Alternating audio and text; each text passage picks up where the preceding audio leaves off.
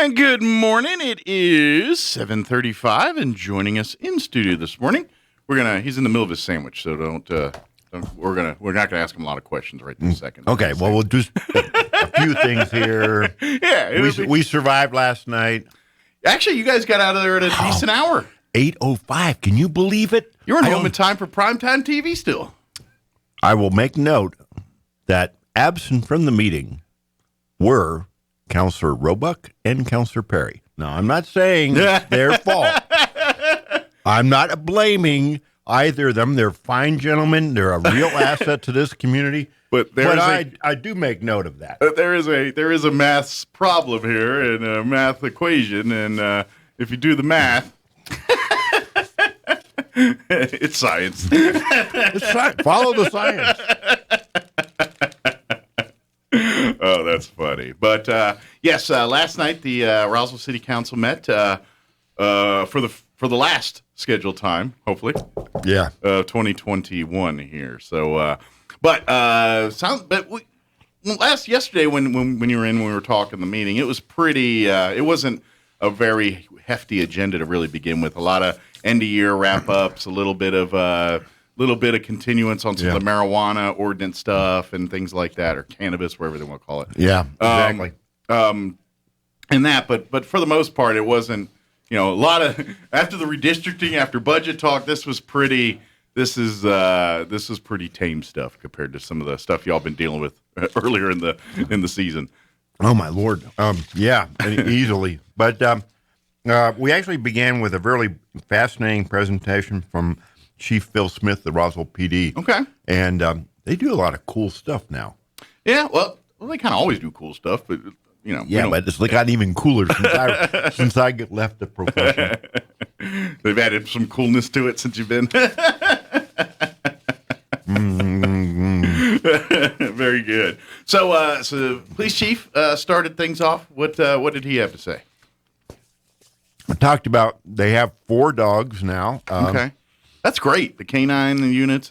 Are they all drug sniffers or search and rescue? Or they're drug dogs. None of them are marijuana dogs, though, which is pretty cool. Because that's not something they need to look for anymore. One of the other little things is, for one of a better term, kind of like laser tag, but it's not really. What it is, it's a situation simulator, and it's video, and it's much more sophisticated than stuff we had a long time ago. But the premise is you're watching the video. It simulates a situation. There's actors in this thing, and it's much more sophisticated that they can change things. The controller can change it. So it's less predictable than the older models. And what it is it can react. The guy managing it, or director, whatever you want to call him, can control it based upon what you do. So part of the issue is de-escalation. So being in control of a situation, giving clear commands, identifying yourself, those kinds of things that are critical when you get into these funky situations. Sure, when something's tense, hot. You try to de-escalate. Police, let me see your hands, those kinds of things that, we're going to see. But you don't push it too far, because if you do, then the simulator will shoot you. Yeah. Well, yeah, you got to, I guess, because if they come in too hot, they come hot back at you. Or if you're not hot enough, they take control. And so you got to find that happy balance where authoritative yet not over-aggressive. And sometimes it's really a fascinating. And what it is a really, really a valuable training tool. It is something that can help equip young officers with these funky situations. And not everyone has the same skill set, so you got to work on this for some of them. And it just was I encourage the counselors to do it. I've done it. I've been down there. Sure. And, I got kind of kidded a little bit about, I only killed like 3 hostages. That's not bad, It could have been 10, worse. That's pretty good. Yes, That's 70%. That's right. Could have been worse. But anyway, but in all honesty, it really is an excellent training thing. So yeah, definitely. So we started off after that. Yes, the continuing saga on the marijuana regulation. This is what we call Chapter 27 of the Municipal Code, and we're filling it in bite-sized pieces, continuing to define things, and we expect one more major piece of this to be done, and then what we're hoping for is some downtime, but we're a little bit concerned about where the state's going. There's a commission that's supposed to be setting up regulations, and it appears that they may be behind schedule. So we don't know what truly we're going to get from the state. With Councilors Roebuck and Perry, thank you, out. Councilor Kintigh was online. Mm-hmm. She still has the brand new one. Yeah, she's at home taking care of the new one there. And without giving away too much, she had she's not able to drive yet, or she is just a little bit.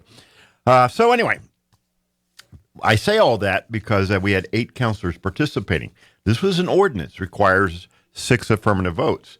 Well, Councilors Moore and Councilor Sanchez voted no. And the reasoning, they didn't state this, but I've had enough conversation with them. They really don't care for this marijuana stuff at all. Okay. And although this is an attempt to try and control it, they're fundamentally opposed to the whole thing of legalized marijuana. Gotcha. So they are voting no. Gotcha. And I get it. However, the barn door's open. Yeah. It's too late. The horses are gone. We got to do something about it. But, we didn't. The ordinance passed with the 6 affirmative votes. Then we got into some real cleanup work. And this deals with franchises for solid waste collection. Okay. Once again, there's 4 commercial entities that are doing solid waste collection. Now, under state statute, the city has exclusive jurisdiction over solid waste collection, but we may allow commercial companies to do it. This is like if you have a large, say, a restaurant or a construction site or a business that generates a large amount of trash. Then you can have an arrangement with them where you pay them to do the dumping. Okay. This has been actually overlooked, and this stuff goes back to the mid-'90s that wasn't done properly. Requires both an ordinance, which is a franchise ordinance, where we say you may do this. That can be up to 25 years. All right. But there's also going to be, at a later date, an agreement with these folks that's more short-term. Okay. Say, these are the rules. So you have the franchise, but here we are defining how you will operate and what you will pay. It seemed pretty clear to me, but Councilor Orpesa had some questions and seemed concerned, and it didn't seem to sit with him, or didn't, and so he was the only no vote on these 4 franchise ordinances. One was with Waste Management in New Mexico, one was with Whitcamp Disposal, then Southwest Disposal, and Desert West Enterprises. These were the 4. Some of these, we could never find an original ordinance anywhere in our documentation. Oh, wow. All of them had expired agreements. So our legal team has been doing some, along with our waste management folks, have been doing some serious cleanup. Gotcha. And it's weird that we have pun intended there. Yeah. It's weird that we have these situations. But my hat's off to the staff for identifying the problem and coming up with a solution, bringing it to the council. Good deal. We've got some real pros. And like I said, they're cleaning up neglected stuff from decades ago. Gotcha. So, despite Councilor Orpesa's dissent on this, it's a good go. They're gone, and now it's in place now. Yeah, now we will have agreements brought forward. Okay. And just so everybody knows, they pay us. In other words, these companies pay 7% of their gross to us. Okay. So that's great. That's an additional income to our... Money's good. We like money. We like money. All right. Then we moved into some items that were pulled off the consent by Councilor Orpesa. One was the purchase order for microsurfacing of city streets. Okay. That one passed 8-0. Then we had a funky one where we was that the one that was on the consent, and then they pulled it off later? Yeah, gotcha. Okay. And then there was a Hondo Trail rehabilitation contract or bid that we tweaked it a little bit. Basically, we made it a positive motion and we voted against it. Okay. So it was like it failed 0-8, which is what what staff was saying to us. So it was a little bit of a weird situation there. Then we're continuing the saga, for want of a better term, of the area over there. I called it Fruitopia. It's over there to the east of Garden, west of Atkinson, second up to the Spring River. The bridges. Peach and pear and apple and cherry are there. Orchard is there. Anyway, that area, we have a lot of work we're doing over there. One of the things we're working on is the large diameter valve replacements and line stops. So we got a contract with an outfit from Albuquerque. We did some, that was 8-0. Variable frequency drive. This is an interesting, really fascinating concept.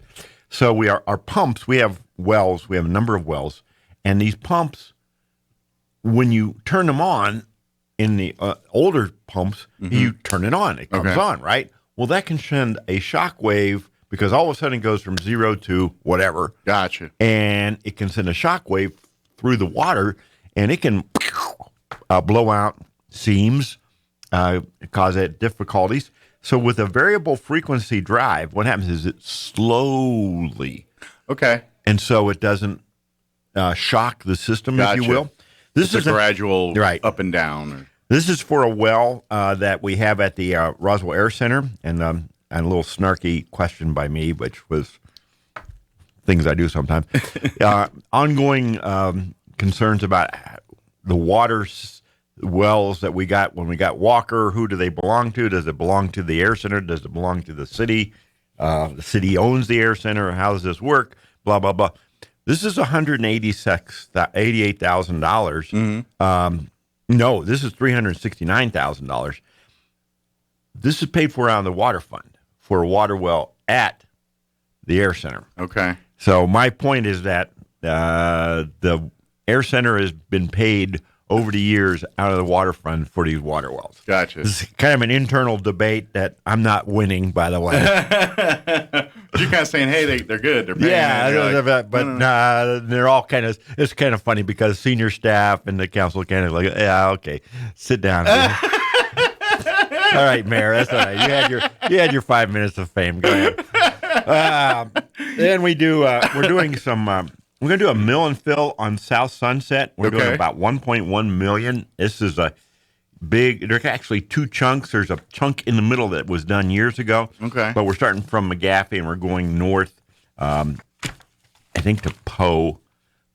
Anyway, so we got through all that. We have a bunch of consent stuff that is leases at the Air Center, air sales, general aviation, some individual leases for T-hangers. Then we got to, and by this point where it's like an hour into it, I'm like, hey, we're going pretty quick. Yeah, like I'm thinking, whoa, this could work out. Might see some of the football game tonight. Yeah, because Steelers were on last night. Yeah, they were. Yeah, it was. Yeah, I know. That's why you didn't hear much from him. That's the meeting was quick. We were talking. He was under the table with his phone watching the game. So one of the resolutions that we did is pass a resolution of support for the concept of making dispatch, the dispatch folks, first responders. And it deals with we got a little more explanation about what's going on here, is that there's some legislation at the federal level to designate these individuals as first responders. Gotcha.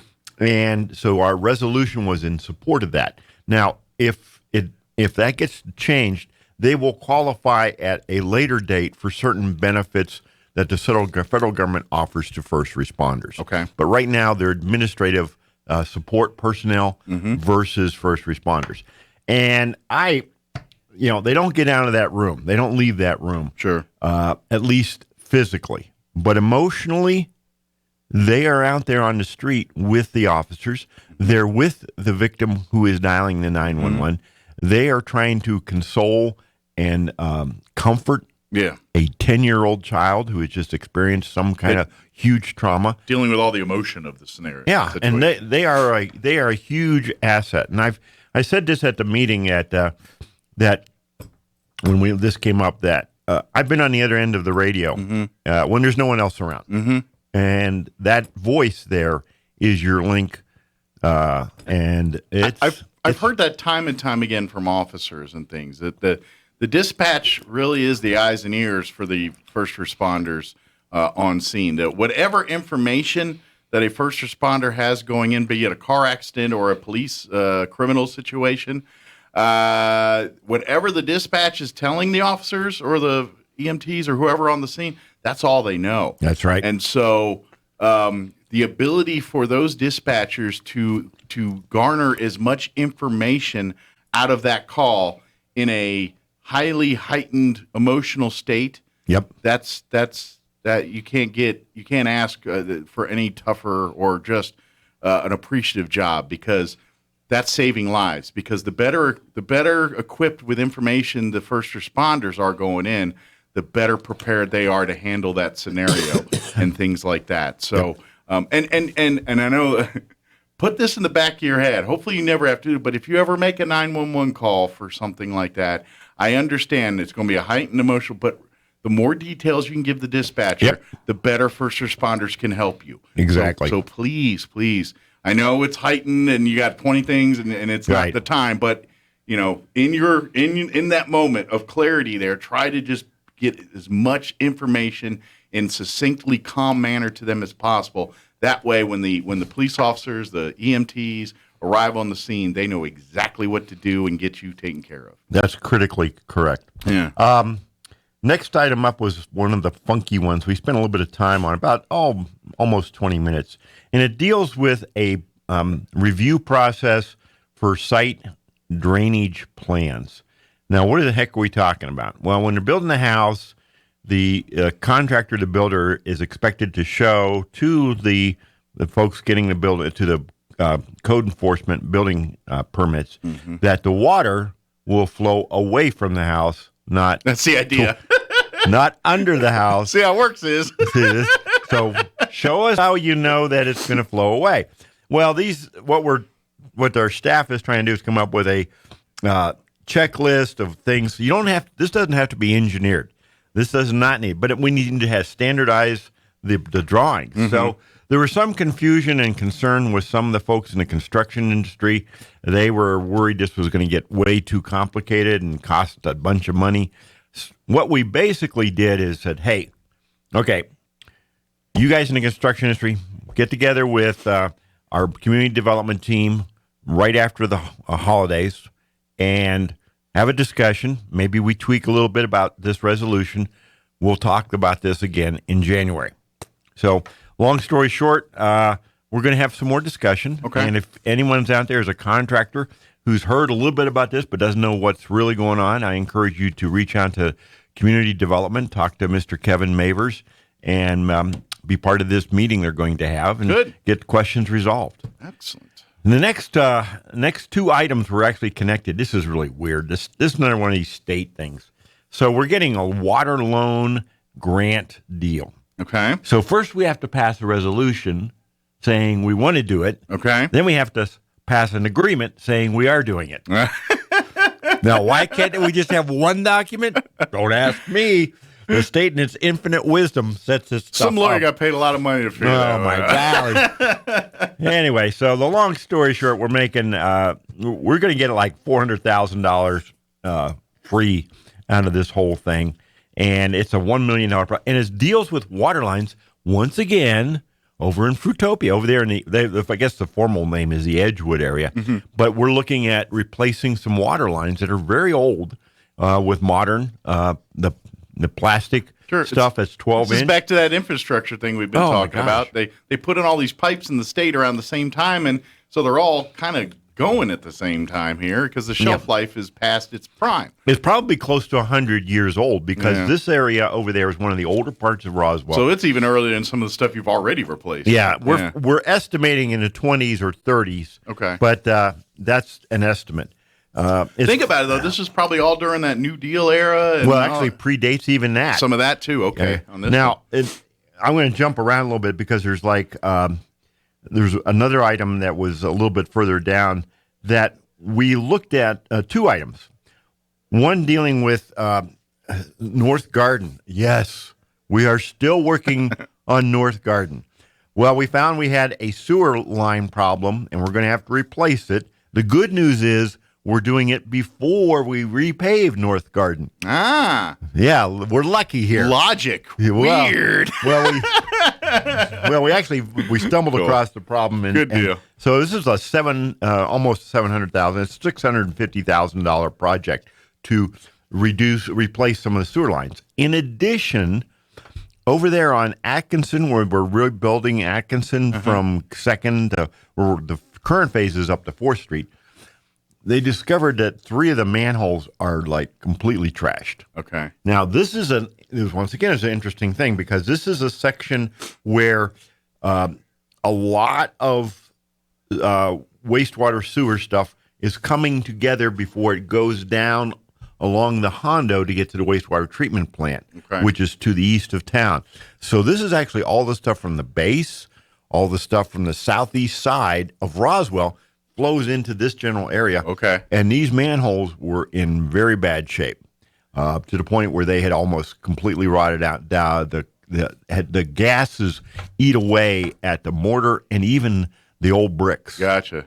So, Yeah, that methane's tough, is rough stuff, man. Yeah. That's that stuff can do some van damage. So okay. What we're seeing here is, if we kind of put it back in perspective, a whole series of projects over there in that central area of Roswell to the east of downtown. Eventually, it's going to be done, and it's going to be a great improvement, but we're dealing with some really old stuff, and we got a great team that's working their way through this. It's a tedious process, and yeah. they're eating through it, so patience, please. It'll be good when it's all done, I promise, but it's going to create a headache or two in the meantime. And eventually, yes, Garden will be repaved. Yes, we know it's a bad street, but we've got to get the underground stuff done first. We still got to do that bridge over the Arroyo there at Roswell Livestock.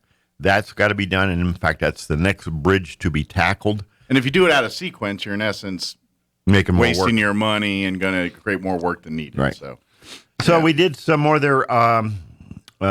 We did some appointments to the Arts Center Board of Trustees. Okay. And in our last 2 items, one was the contract to do the food service. Mm-hmm. That's over there at the terminal building. Yes, the same folks that do the Eastern University Roswell food service. Now, that one, there is a potential for alcohol sales.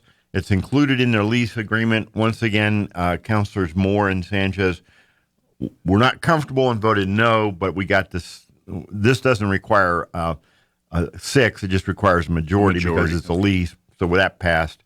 Okay. And then we've basically set up, once again, on-call contractors. Now, we've done this for janitorial services. We've done this for a number of electrical, plumbing. This is for engineering and architectural services. Okay. We got 13 on call. So that's a pretty good list, right? Yeah. So we got. Although, can we add one or take one away just to get that unlucky 13? Maybe make a 14th, or you're making my life hard. dude, we got out here 8:05, and you want us to squabble about. Did a black cat walk across the edge of the... We want to be done. So, sheesh. There's people like you that keep us there till midnight. That's what we do. It's like, well, could we? No. Just shut up and vote. Yeah. I know. Oh, my God. So this is really funny going. And we're done at 8:05. But let me go back real quick to these franchise agreements. So these were ordinances. Real quick, we got like 30 seconds. Okay, these are ordinances. Uh-huh. So I go through this whole spiel. Anyone here wishing to speak in opposition? Anyone wishing to speak? Let the record reflect, blah, blah. So I go through this thing over, and I can see the people in the audience staring at me like, are you whacked? Anyway, So we got done, and we're good. Good. And so Merry Christmas to all. Merry Christmas. Thank you, Mayor. I don't know if this will be the last time of 2021 we talk to you, but if it is, then we look forward to a fun, prosperous, and much brighter 2022 here. All right. So, thank you, sir. Appreciate it, and we'll see you next time, okay? Yes, sir.